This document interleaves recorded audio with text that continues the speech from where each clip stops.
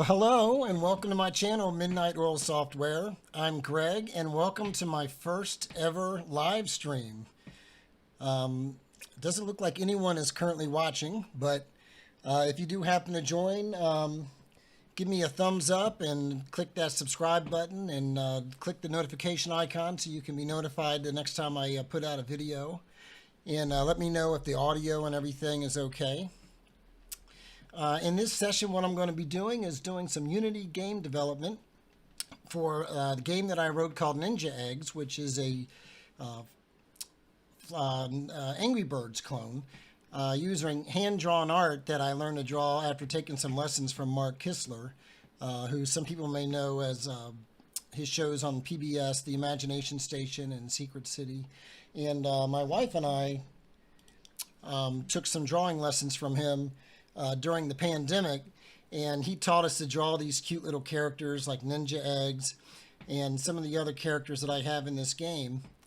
And what I want to do today is start adding a new mini game. What I've got in the game so far are several levels that are basically Angry Birds type levels, and I've also got a mini games menu, which has a couple of mini games. I've got a Flappy Bird clone and I've got an Asteroids clone. And I've been batting around different ideas for what kind of mini games I'd like to add next. And I thought about Pac-Man, Space Invaders, Frogger, Breakout, to name a few. But what I've decided on is I want to do a Moon Patrol knockoff. So this is the game as it stands now. This is Ninja Eggs. And I've got a tutorial to show you how to play the game, and there's different levels you can play through successively. You can pick the levels from this select stage menu here, and this is your typical Angry Birds type game. Do you love it? You drag them back and let them fly and try and knock down these guys. But I've also added some mini games here. So I've got a Flappy Bird game, which I'm calling Flappy Egg. And you just basically tap the screen or click your mouse to flap and try to avoid these obstacles. And I've also added an Asteroids mini game. I apologize for the raspy voice. I've been struggling with some seasonal allergies the past few days, so got a little bit of a scratchy throat, but at least it's not corona. So there's my Asteroids game. So as I mentioned, what I want to do today is start work on a Moon Patrol game. Now, Moon Patrol, as you can see from this little video clip, released in 1982. And I'm going to give you an idea of how old I am. Yes, I played this in the arcade when it first came out. And according to Wikipedia, Moon Patrol is the first game, is credited as being the first game to use a true parallax scrolling effect.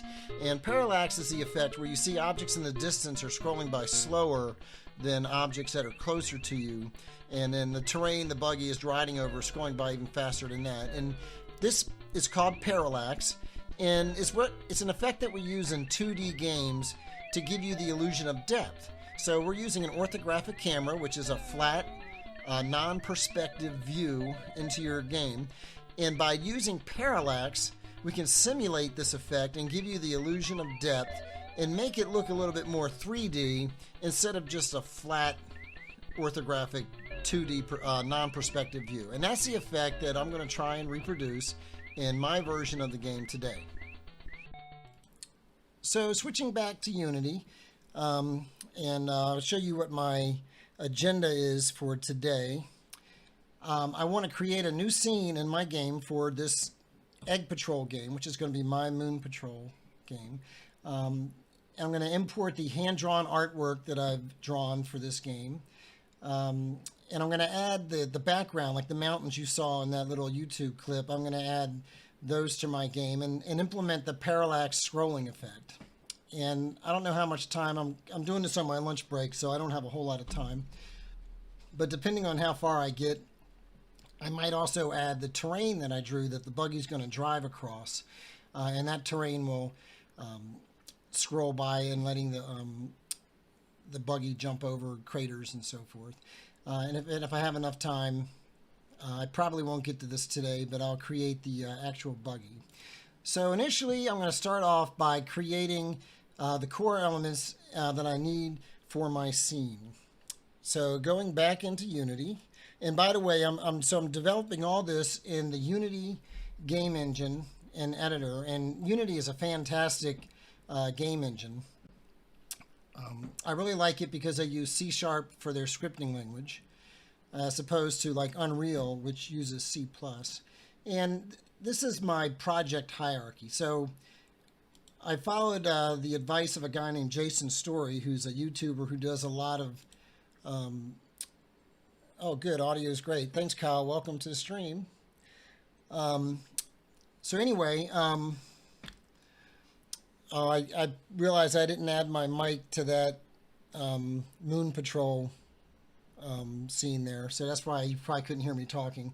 So anyway, I have a folder in my assets hierarchy here called _project. And this puts everything that's specific to my game in a folder that's sorted at the top of the hierarchy. And this Jason Story recommended doing this, and I really like that. Everything underneath of that are third-party assets that I pulled into the game. And in here I've got my animations, my artwork, some scriptable objects I've created, materials, music. Prefabs are game objects that I prefabricate and save also, so I can just instantiate them in the game. And then, of course, my scenes, which we'll get to in a minute. And my scripts, these are C# scripts, and sounds, and these are timeline animations. So I want to go into my scenes folder, and I'm probably going to reorganize this in the future. As this project has grown, I've realized that this structure is not the best for keeping things organized, because while it may look like it, Unity really isn't a file system, and it doesn't really make sense to sort things by type. So if you notice, like under art, I've got folders for my mini games, my monsters, my Ninja Egg, but also under scripts, I've got folders for mini games and things. And it really would make more sense to organize things by what they are for. So I have a mini games folder, and then inside of that have art and scripts and sounds and things like that, instead of breaking them all up by type. But maybe I'll do a video in the future where I go in and I reorganize that stuff. But for now, I'm going to keep it like this. I think it's fine.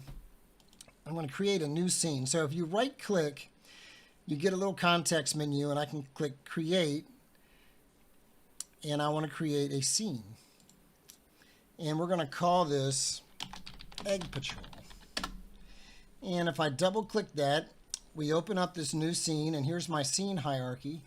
Right now, the only thing in the scene is a main camera. And if I click that, you can see over here in the inspector all the properties for that main camera. Now, I'm using an orthographic camera, so it's flat. There's no perspective, which means things in the distance aren't any smaller than things in the foreground. And so to make things look like there's depth, we're going to have to do tricks like that parallax effect we saw in Moon Patrol. I am going to set my color to black just because this is a space type background. It won't really matter because I'm going to fill in all this space with my own background images. Now, every game object in Unity has a transform, and this is its position, rotation, and scale in the scene. And the camera, you'll notice, is at -10. So numbers, as they go higher, are farther away from the camera. And so -10 is moving the camera back so it can look at the scene. So as I add things to the scene, they're going to have a positive z-axis. Let me take a drink of coffee here. We go back to my agenda. You'll see that I need to add core scene elements, and then common UI elements, and then create a game manager, and finally add scene music. So the core scene elements are things that I use in every scene. So I basically have some prefabs for these. I'm going to go ahead and create an empty game object here, and I'm going to call this core scene elements. And this is just a delimiter just to help me organize things. I'll move that up above the camera. So everything under this is going to be my core scene elements. And the first one, of course, is the camera. And I'm going to pull in some other elements that I know I'm going to need. I'm going to want an object pooler, and I'll explain what these are as we actually use them. But for now, just know that these are objects that I know I'm going to need. I'm going to want a music source. Basically, this is just a game object that has an audio listener. This will allow me to play music to my audio mixer. So I pick an output of my audio mixer called game music, and that's all this is for. I'm going to add an audio manager. This is what lets me play my sound effects. And I'm going to want an event system. Actually, I need to create that here. So go in here and UI event system. This is what's going to let me handle things like mouse click events and so forth. I think if I click play, I should just get an empty scene. And there it is. Okay, so now I'm going to start adding my UI elements.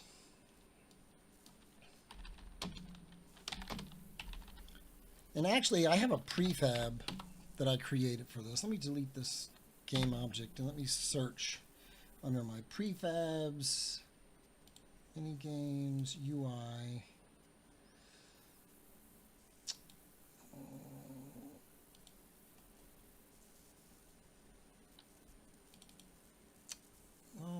I thought I had created a prefab that had all these things ready to go, but it looks like I don't.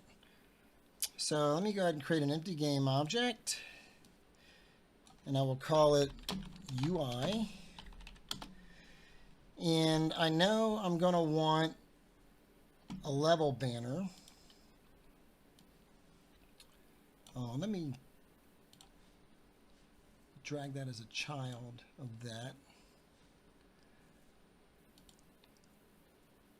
And I know I'm going to want a pause screen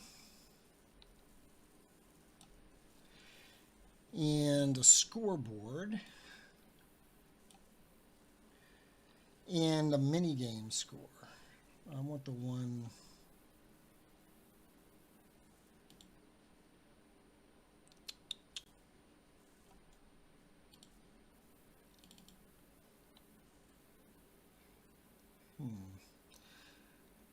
Again, I thought I had one already created. I think this will be good enough for right now. If I run this, you'll see I've got my score displaying my high score, and I have a pause screen. So all that's implemented there. The next thing I want to add is my background elements. And at this point, I need to start importing my art. So I'm going to go down here into my minigames folder. I'm going to create a folder under here called Egg Patrol.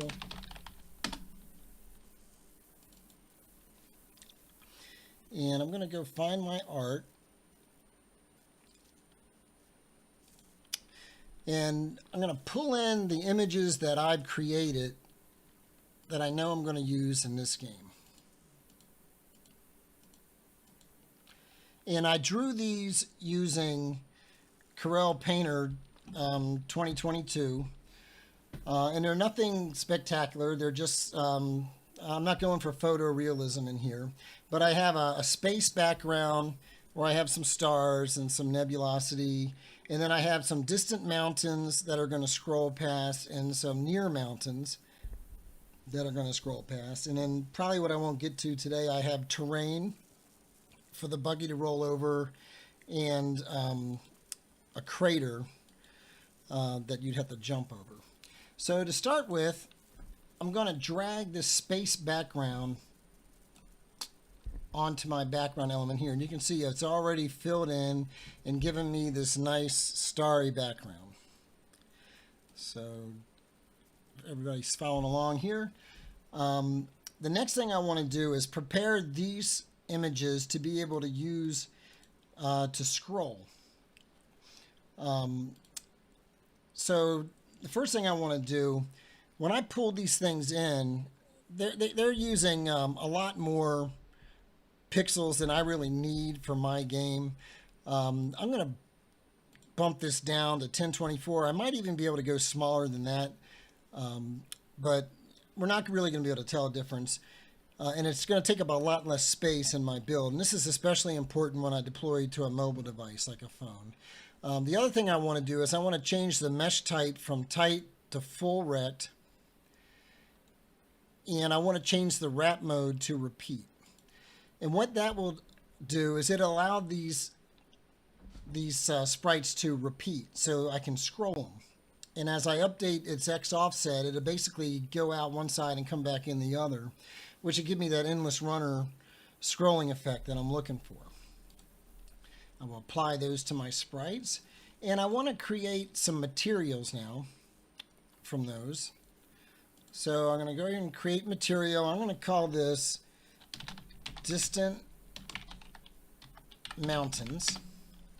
And over here in this albedo field, I'm going to drag my Distant Mountains sprite. And that's going to give me a material that I can use in a mesh renderer to scroll this background. I'm going to do the same thing. I'm going to create a material for mountains near. And I'm going to set that albedo to be my mountains near image. Okay, so I've got that material selected. I think that's all I need there. Now I've actually got, I'm pretty sure I have a prefab this time, called Scrolling Background.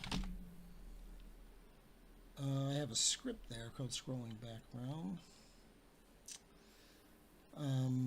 But I don't seem to have a prefab for it. Let me switch scenes here. I'm going to save this scene. And I'm going to go jump into my Flappy Bird scene.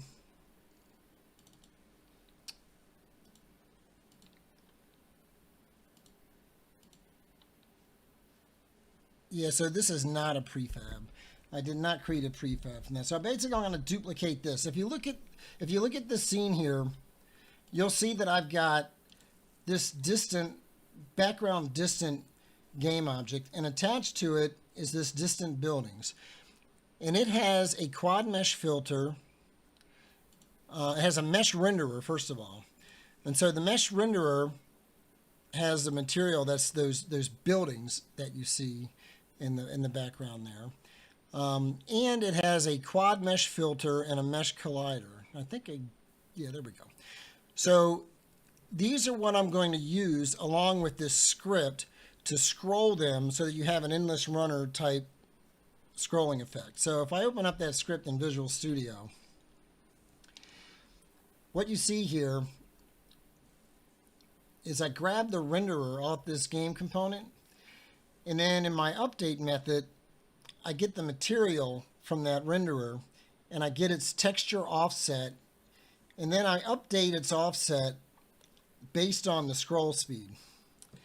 And this is what's going to give me that endless runner scroll effect. Now let me just talk a little bit about this script here. So this is the first code we looked at, and we're how many minutes in? We're like 20 minutes into the stream. It's the first time we looked at code. All the scripts in Unity, all the game objects implement a mono behavior. And the mono behavior has callbacks that are called by the Unity engine. So for instance, awake, this is called when the script is first being loaded, and it's only called once. And so in here, I'm caching this renderer component, storing it in a private variable up here. Now start is called before any of the update methods are called the first time. And this would be called when the scene is loaded before it starts calling any update methods. There's other methods like awake. I already said awake. There's on enable, there's on disable. There's several other methods that Unity will call. And then this is the main one. So the Unity game engine will call the update method on every game object once per frame. So if you're running at 60 frames per second, this method is going to get called 60 times every second. And so you don't want to do any expensive logic in here or any time-consuming logic or any expensive calls. That's why I moved this get component call in the wake. So I only call it once and I cache it because this is an expensive call. It's basically searching this game object for a component of this type. And you don't want to do that in your update methods because you can start to kill your frame rate. So I'm also getting a level controller. So in order for my to be able to do my scrolling, I'm going to actually have to go ahead and create a game controller and add it to my scene. And I'm using a base class that I wrote called minigame level controller. And this basically implements things I'm going to want in every minigame. And it pulls in some other dependent components like a scoreboard, the music manager, milestone. If every time you pass a milestone, I want to throw up a little fading text element. That's what this is. Play a sound effect and so forth. And there's some properties like, are we playing? What's the current difficulty level? And, you know, things like that. And these are things that every mini game is going to want to implement. So I have a base class for that, and it also implements an interface that I use. So going back to Unity, I'm going to switch back to my scene, the Egg Patrol scene, and I'm going to create an empty game object, and I'm going to call this Egg Patrol Manager. And I'm going to go into my scripts folder, and under mini games, I'm going to create a new folder, and I'm going to call it Egg Patrol. And I'm going to create a new C# script, and this is going to be Egg Patrol Manager. And I'm going to select this game object. So you now see it in the inspector over here. And I'm going to drag that script on it. So now if I open this up in Visual Studio, you see by default they give me a start and an update method. And I actually don't want to derive from mono behavior. I'm going to derive from my mini game. Actually, before I do that, I want to move this to a namespace.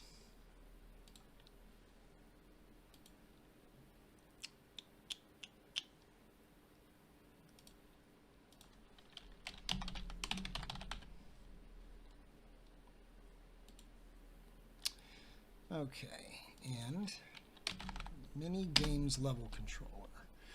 All right, and I don't want to do anything in update right now, but what I do want to do is I want to immediately set started to true.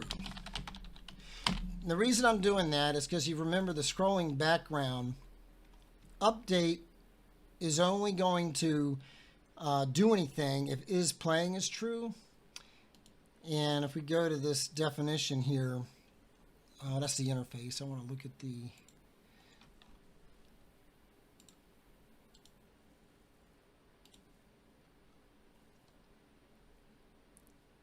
okay, the game has to have been started and game over has to be false.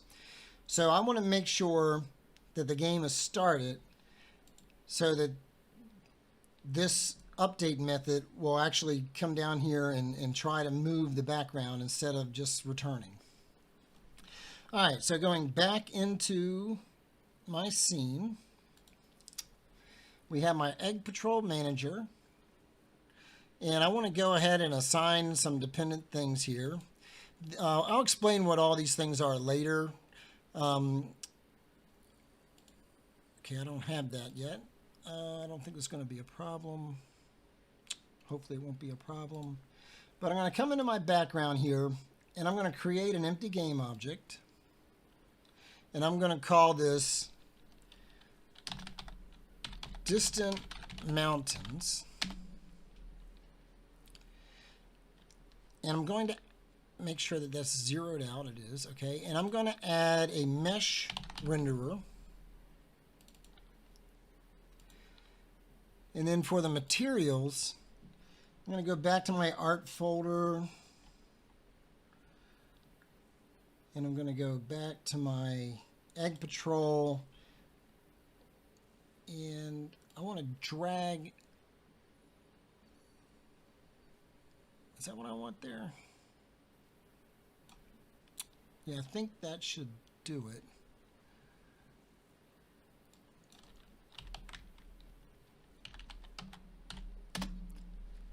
Only thing is, I'm not sure why I'm not seeing that displayed on the screen. I would have thought that would show up. Okay, let me add a mesh filter and set it to quad. And I'm going to add a mesh collider. I shouldn't need to do anything with that.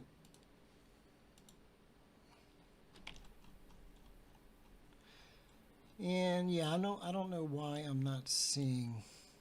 Let me move these back, or actually forward. And in my sprite renderer, I want that to be pushed to the background. So what I'm doing here on the z-axis, the higher the number, the farther away from the camera it is. And then the order in layers, so this is on the default layer. This is the order in which sprites will get rendered. So it will render the ones with the lower numbers first, and then render the higher numbers on top. And I'm thinking I'm not going to see anything when I do this. And I'm not sure why.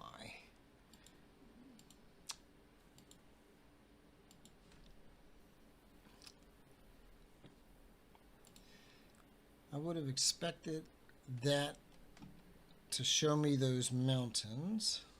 So this is welcome to game development. This is what it's like debugging things in Unity.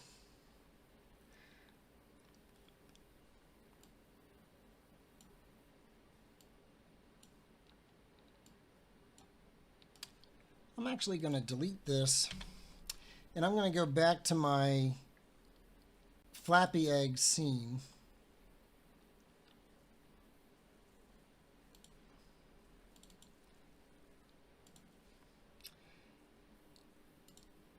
And I'm going to take this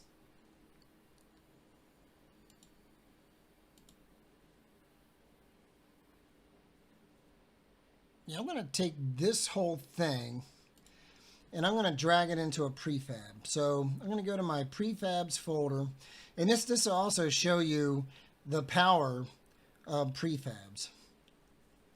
So I'm going to, let me just make sure I don't already have that. Yeah, I don't. So I'm going to take this whole game object and I'm just going to drag it in here.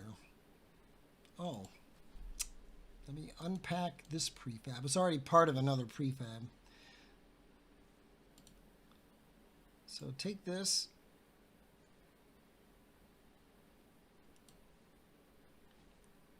I think. Okay. And then I'm going to Control Z, make sure it's back. So I have a prefab now, which should give me a scrolling background. So I probably just missed a property or something. If I go back to my scene here, and then go back to that prefab, I'm going to drag that right on here. Aha! Okay, so this is giving me a mesh. The only thing is I want to change the material on that mesh to be the one that I created here. And I think that looks way too big.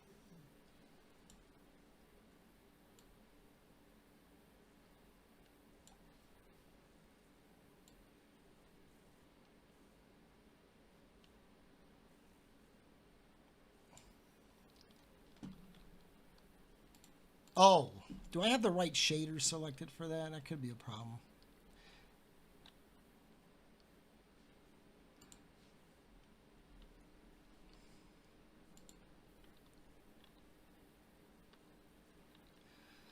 So something is not right with that still.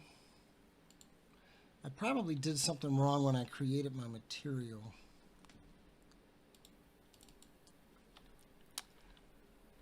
Yep, that's the problem. Legacy shaders, transparent, cutout, soft edge, unlit. There we go. All right. Game development is an iterative process. All right, so if I switch over to my, stop this and unclick maximize on play so that I can still see my scene view while we're playing. So you see that it's scrolling. If I switch over to my scene, you can see this is the extent of the image. If I select this and look at it in the inspector, you can see there's this scroll speed. As I turn that up, it scrolls faster, and I can have it scroll the other direction by making it negative. So because this is in the distance, I want that to scroll pretty slow. And by the way, any changes you make while playing get reverted when you stop playing.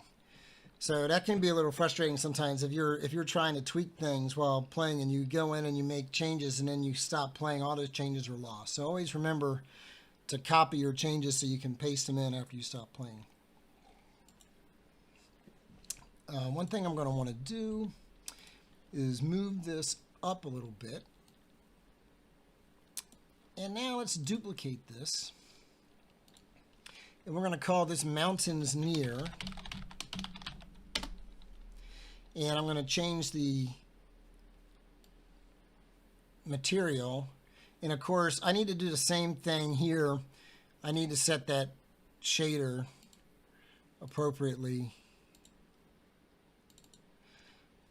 And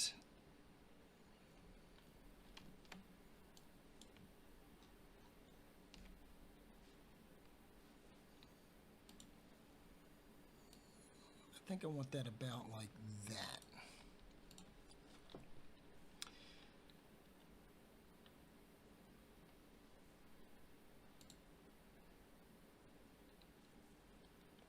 And to give me the parallax effect,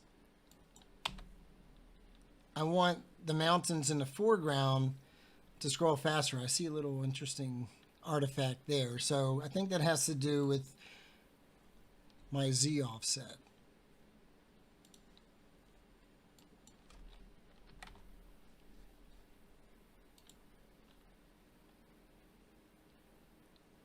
Oh, I forgot. Like I just said, if you make a change while you're playing, it does not get persisted when you stop playing. And there we go.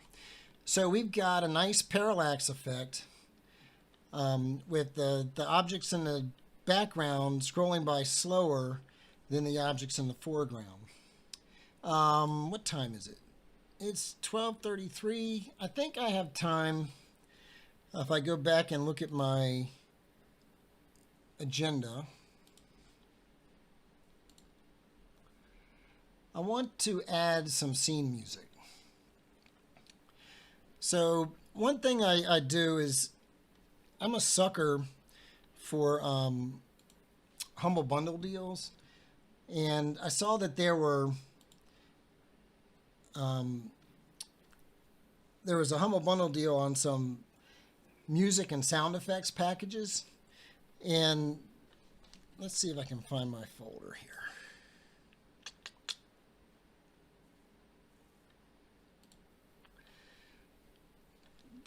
Let's see.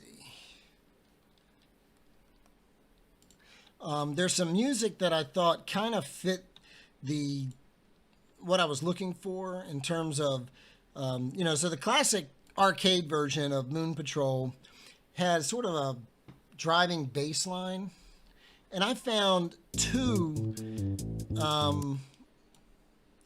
pieces of music that I thought kind of fit the genre I was looking for, and I'm going to import them into my game here. So the first one is called Lunar Expedition.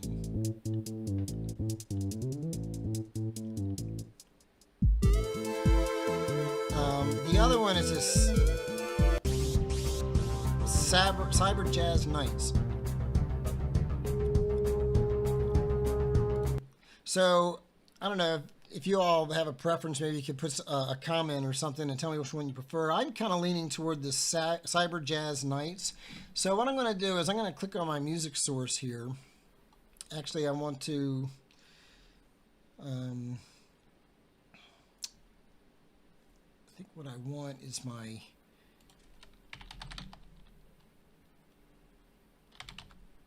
music manager.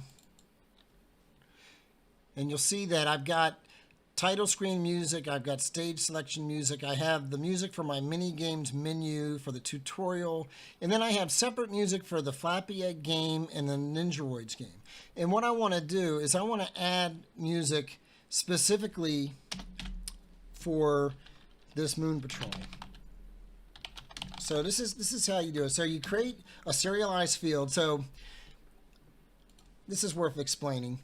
So if we go back and look at Unity,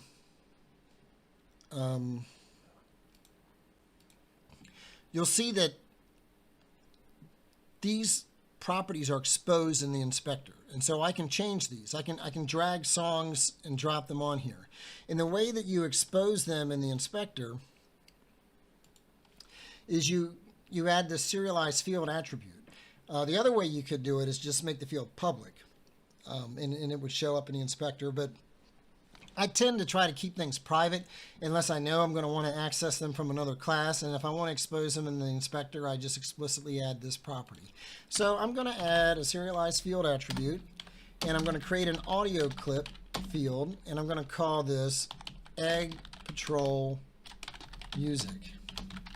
And I'm assigning it to null because if I don't do that, even though this is assigned through the serialized field here, Unity will give me a compiler warning saying that this field is never assigned to and will always have its default value of null. And I don't like seeing warnings, compiler warnings in my console, so I'm going to put that there.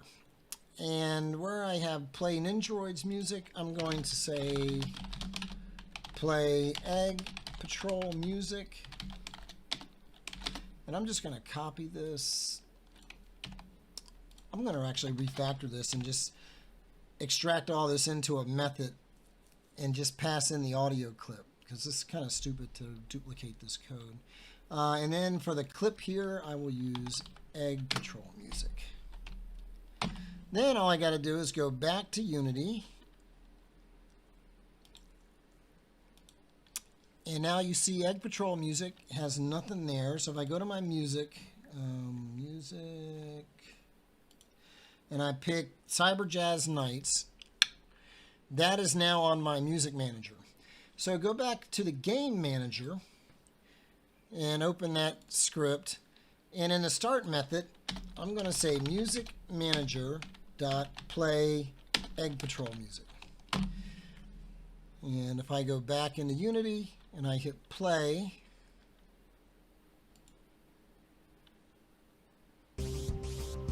voila.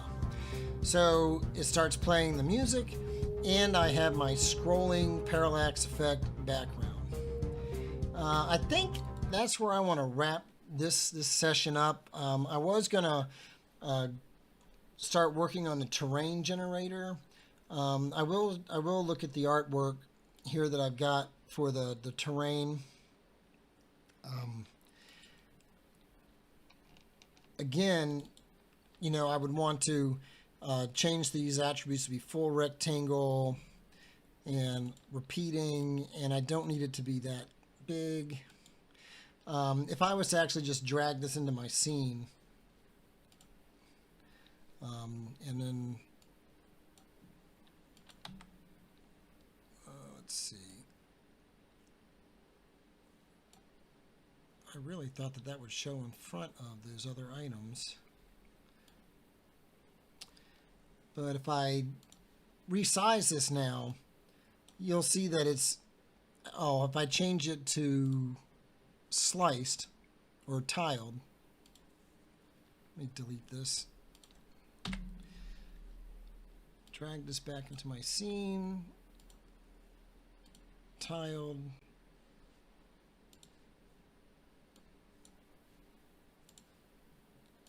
There we go. So now you can see that it's repeating, and it's seamless. And so I'm not actually going to do that. What I'm going to do, I'm going to put this back to tight and clamp. What I'm going to do is I'm going to have a terrain generator. It's just going to spawn multiple of these tiles adjacent to one another, and then all of those tiles are going to scroll across the screen. So most games like this, the vehicle would move and the camera would follow the vehicle, and then as it scrolls across the background, if it starts moving over the edge, it would duplicate that background and put it in front of it, so you would keep running over it. I'm going to do something a little bit different. That's what I did in my pesky penguins level. So I've already done that approach. I'll just show you that real quick and show you what I'm talking about.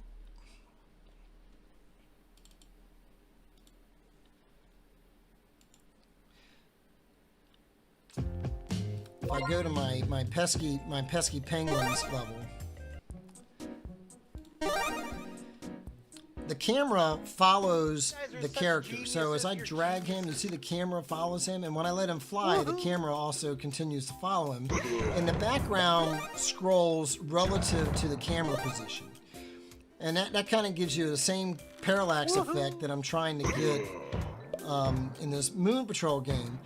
But I don't want to do it that way for Moon Patrol.